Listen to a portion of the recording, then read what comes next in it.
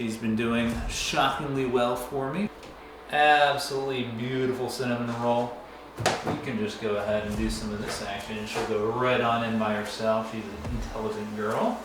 Been rolling with, oh, she gives a little strike there. Oh, she did it again. But, oh, we might have him here. We might have him here. We might have him here. All right. What is up, fellow humans? We are back after a little while away. We've had a lot of stuff going on recently, including getting engaged to the lovely camera woman behind the camera. That would be implied by the word camera woman. So we are back. We just got back from a trip to the Smoky Mountains. It was pretty cool. We saw a bear, probably the biggest event that happened there outside of getting engaged, of course. Let's go ahead and get into the work. Obviously, we were out of town. We've had multiple snakes shed and poop in their water, as they typically do. And we are going to be doing a health checkup on Krait because it's been a while since we've done that on camera. So let's go ahead and start things off hot with the one and only Krait, the beautiful red-headed Krait here. Hopefully she's done shedding. I do see some pieces of shed skin in there, which is good. She was in shed when we went out of town. So to see that she has hopefully completed a nice healthy shed would be great, and that means that we can feed her tomorrow. Hello. Hello, sweetheart. And let's go ahead and grab her tail here. Hello, sweet girl. Absolutely a beautiful snake, and we should be able to get her out here nice and gentle. And here she is, absolutely gorgeous red-headed Krait that we've had for coming up on 2 years now, around the turn of the year, which is absolutely awesome. She's been doing shockingly well for me. She doesn't need to eat. It's been a couple of weeks since she last ate. It is getting a bit hard to find feeders for her this time of year, but we are making it work regardless. What are you doing? What are you doing? You're coming a little bit too close to my hand for comfort there, and it does look like, guys, if we take a closer look at her here, let's get her on the floor. If we take a closer look at her tail here, you can see she did not fully finish her tail. There's a little bit of shed skin still here on her tail, so what we might do is we might give her a little soak to help her finish that off, but that looks like everything else is good. So let's go ahead and get her in containment, clean out all that shed skin, and if there's any poop in that enclosure, get it all cleaned out for her so she's got a nice clean setup to go back into. Hopefully we can get her to eat tomorrow, and then we'll be on our way, because guess what? I am going right back out of town to Michigan for the opening of the Legacy Aquarium. So, got a lot to do, not a lot of time to do it. Hello, sweetheart. Hello. All right. So, there we go. Absolutely fantastic. And as you can see, a beautiful red-headed Krait in the bottom of the bucket. Let's get the lid on top, and then we'll move on to the next snake. We got Krait's enclosure all cleaned out, all that fragmented shed skin gone, all that poop gone, fresh water. So let's get her back into her enclosure. As you guys know, she is my favorite snake, and every time I get to handle her is a special occasion, that is for sure. You guys know that she is just so special to me. And I'm very, very calm whenever I work with her, because I really want to maintain a good relationship with her, if at all possible. And she is a very gentle snake, which I like quite a bit. Let's go ahead and put her back in here. Hello, sweetheart. For a couple of days there. So that should be nice and good for her. Let's go ahead and lock that enclosure up. And there we go. So she is, of course, my rarest and favorite snake that I have. You guys, of course, know that I love rare and interesting animals. Growing up, I always found myself out in nature searching for them. With today's sponsor, Fishing Clash, my free time is spent on my phone doing the same thing. Fishing Clash has something for everyone. Whether you're just an animal enthusiast that wants to see some interesting fish, a competitive gamer that wants to climb the global leaderboards, or like me, a collector, someone that's in search of the most rare and unique creatures out there. With all of the different types of fish, I can't imagine getting bored of reeling in fish anytime soon. And if you think you're not good at games, that won't be a problem. Even I was able to catch a shark on my first try as soon as I loaded into the game. That doesn't make the game easy though. If you want to hunt down and catch the really rare stuff, you've got to have some serious skills. If you want a chance to catch the hundreds of different types of fish and join the 50 million other players, then make sure you download the game using my link down in the description or the QR code that's shown on screen. Use my code Joey to claim a $20 value reward, including a unique avatar for free. So go give it a try. Now we're gonna go ahead and take out Shelby. She also shed her skin while we were away, and she needs a water change out as well. So we're gonna go ahead and take care of business with her. Hello, sweetheart. You can see she's already coming over to say hello. Hello, sweetheart. And yes, we are going to feed you tomorrow. We are going to be feeding you tomorrow, sweetie. You can see she's looking around for some food, she's sniffing around. She says, it's about feeding time. Where's my food at? I know it's coming, I promise, but we're gonna clean up your enclosure first. Right on time for you to make a new mess with the food that you'll be digesting, of course. And don't quite have enough of her out to comfortably grab her yet. If we get another foot, then I'll be comfortable with it. There you go. There we go. Hello. No, don't. What are you doing? You're messing up your enclosure. Don't do that. Alright, we're going to do this. I think this would be the best play here.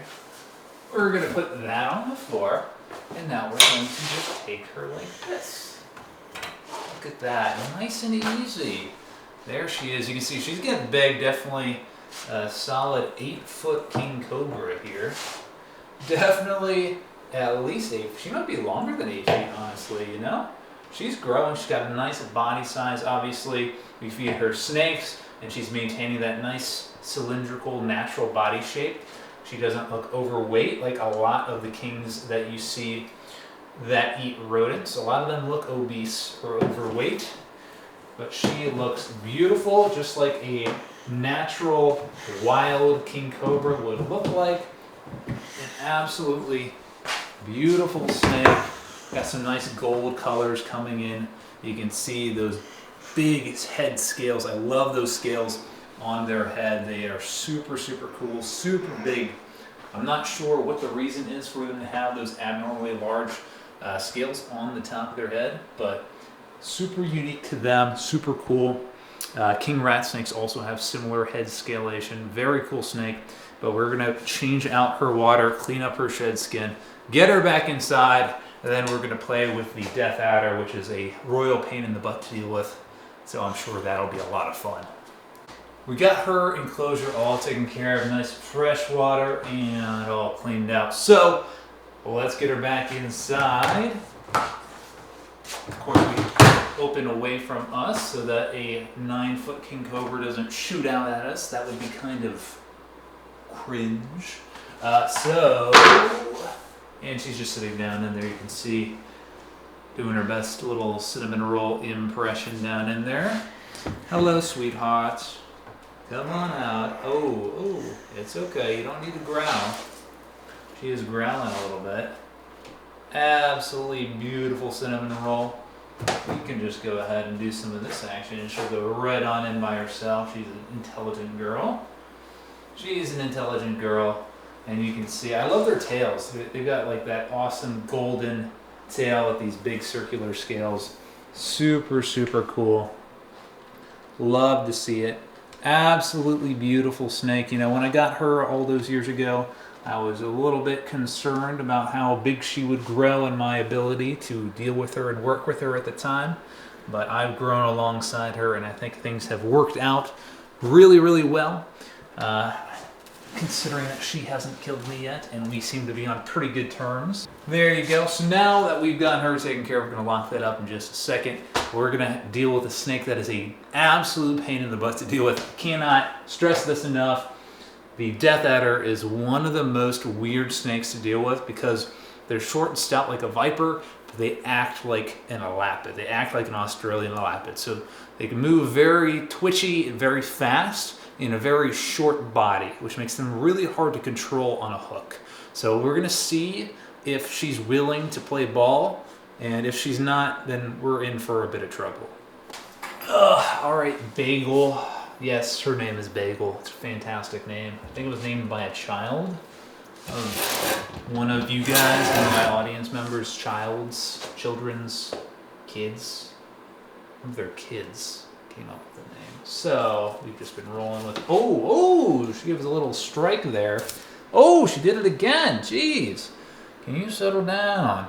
So as you guys probably know, death adders are known for having one of the fastest strikes on the planet. Some records indicate that they are the fastest striking venomous snake on the planet.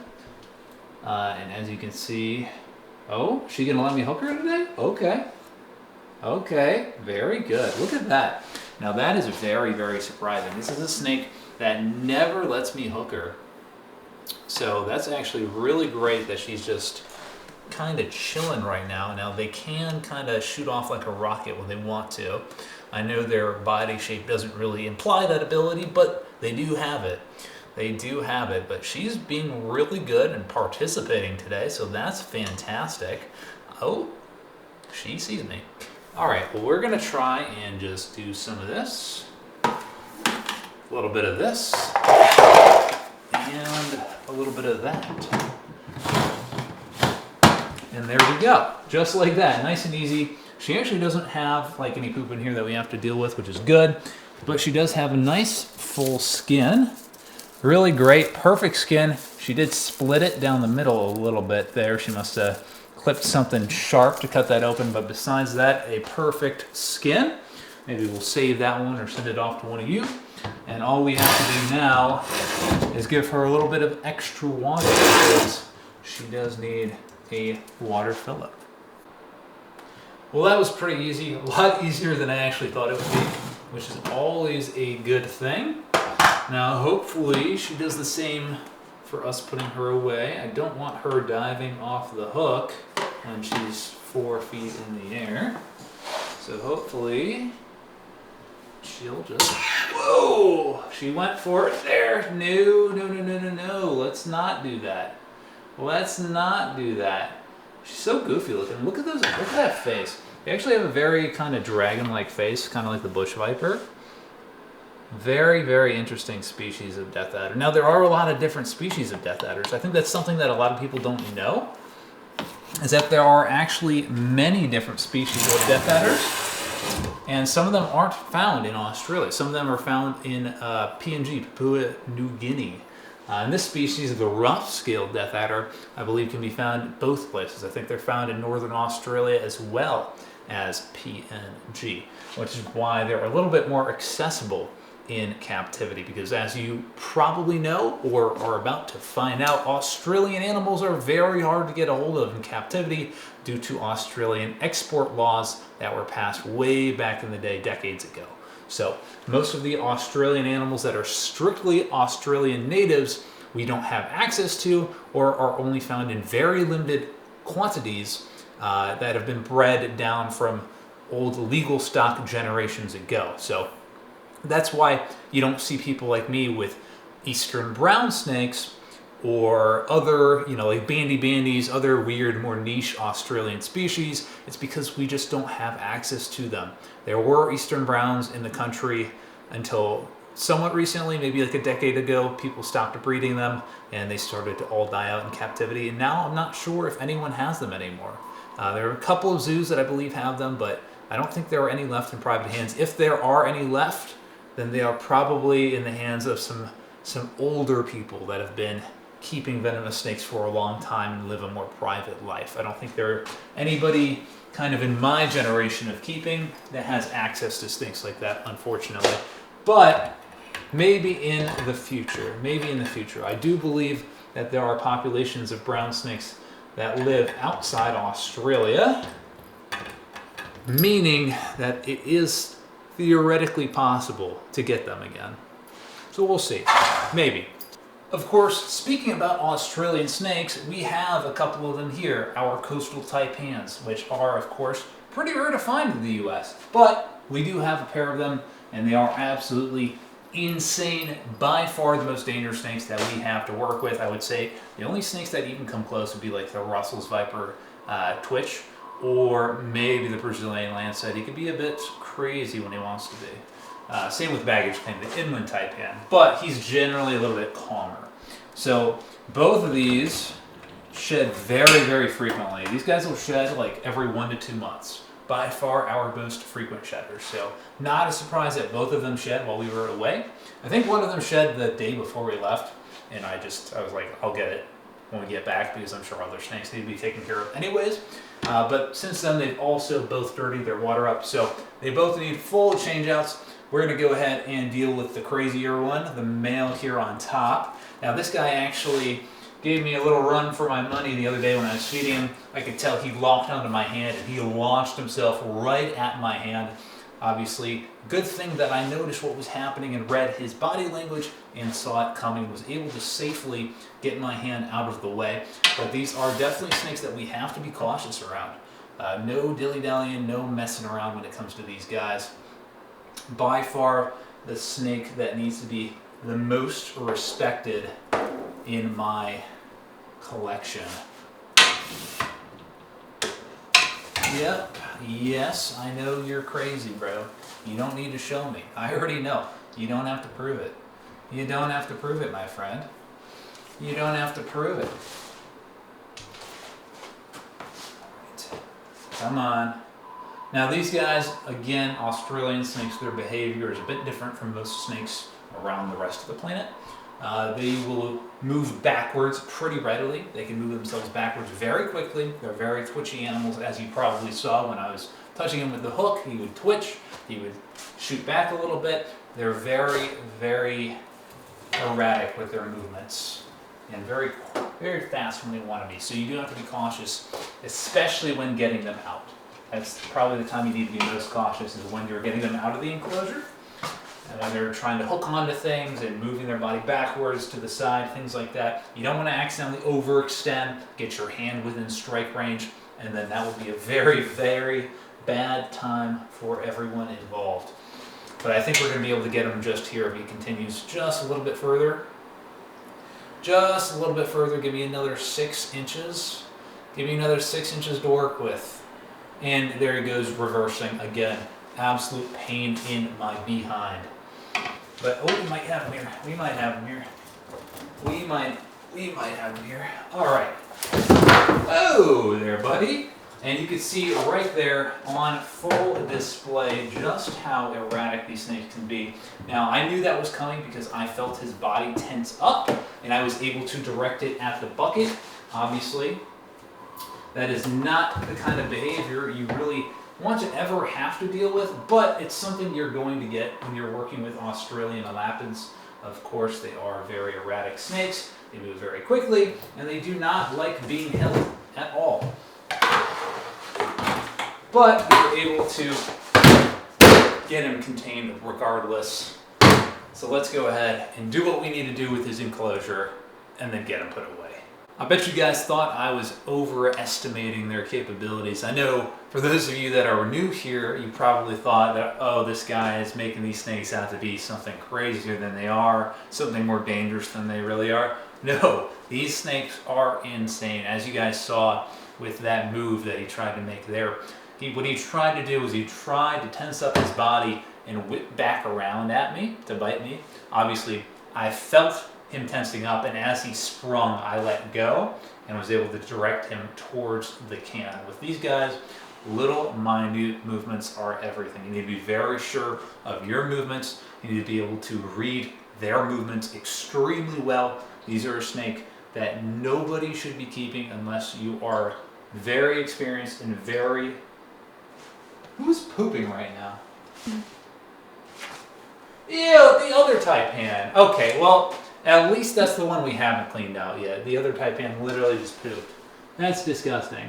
Look at her putting her tail up in the air to rub her butt off. Unbelievable. That's just unbelievable. These snakes, man. Like I was saying, these are not for people with a think hard. Okay, they're serious animals. So either way, let's get him back in his enclosure, and we are going to take care of some of our other snakes. Of course, we're going to do this away from us. What we're actually going to do is gyrate the can a little bit in case he's at the top and try and knock him down. And there he is, facing that direction. Hello, buddy. Good looking snake. These guys were both skinny when we got them because they were owned by a gentleman that unfortunately passed away, and they weren't found for around a month after he passed away. So they were both dehydrated and skinny, so we are happy to have them both in much healthier condition than what they arrived in. There you go, buddy. So we're going to take care of the female. We've got two other snakes that have shed that I noticed when we walked in. One of our cribos and our Mexican cantil. But we're not going to be showing those on camera. That's all we're going to be filming for today. And don't forget to go try out Fishing Clash and see what you can catch. I hope you guys all enjoyed the video. I had a good time. I hope you did too. More content to come. We're taking trips. We're going to have a lot more content to film. But until then, I'll see you all in the next one. Later, everyone.